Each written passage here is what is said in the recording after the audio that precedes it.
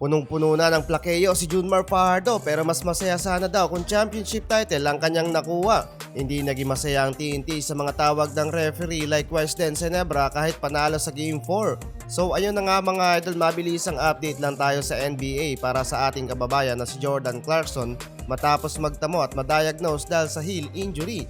Magkakaroon pa ng re-evaluation for a week, so ilang games din mawawala si kabayan para sa Utah Jazz. Nangyari ang insidente noong huling laban nila kontra sa San Antonio Spurs, nagresulta ng plantar fasciitis. Magandang simula na pa naman sana yon para kay Clarkson dahil na-promote siya sa starting lineup pamalit kay Colin Sexton na may finger injury din mga idol. So balik tayo sa Pilipinas sa ongoing PBA Finals. Eto Game 4 ginawad na best import of the conference at nakuha nga yan ni Rondae Hollis Jefferson, habang ang best player of the conference naman napunta na naman kay Junmar Fajardo. Another new record for his career, 10-time PBA champion, 9-time PBA All-Star, 9-time Mythical First Team, 4-time PBA Finals MVP, 8-time PBA Most Valuable Player, at marami pang iba. At recently nadagdagan ng pang 11-time Best Player of the Conference. Grabing hakot award si Abay sa kanyang career dito sa PBA.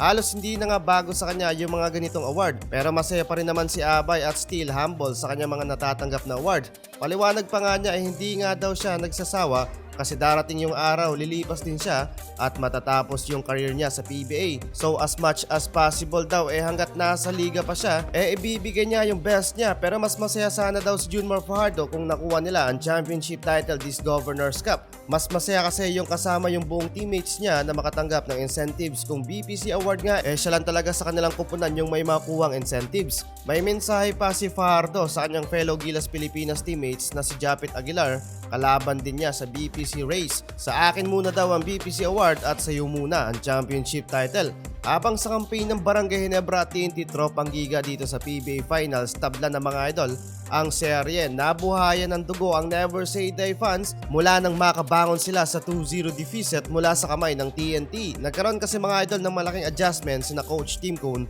Sa first 5 pa lang pinasok na dyan si LA Tenorio, habang na-contained naman nila si RHJ na gumawa sa shaded area. Effective pero delikado pa rin yung ginagawa nila para kay Rondae na hinahayaan nilang tumira lang sa labas, parang umaasa na magbintes o umalat sa outside shooting. Pero kung titignan nyo yung stat sheets ni Rondae, impressive pa rin yung pinakitang 4 of 7 from the 3-point line, 57.1%, habang 7 of 13 2-point made. Nasayang lang ang ginawang 28 points and 9 rebound niya sa laban. Habang sa first half, struggles rin ng Batak both offense and defense. Huling quarter na nang uminits ng Batak with impressive perfect 2 of 2 3-point made. Yun nga lang, talagang bagsak yung kanyang efficiency rate kahit pangatlo siya sa TNT na may pinakamalaking naambag sa kupunan. Siya kasi yung nakabantay kay Justin Brownlee. Maraming nasayang na free throw ang TNT lalo na sa third quarter. Halos pabalik-balik ang Tropang Giga sa free throw line.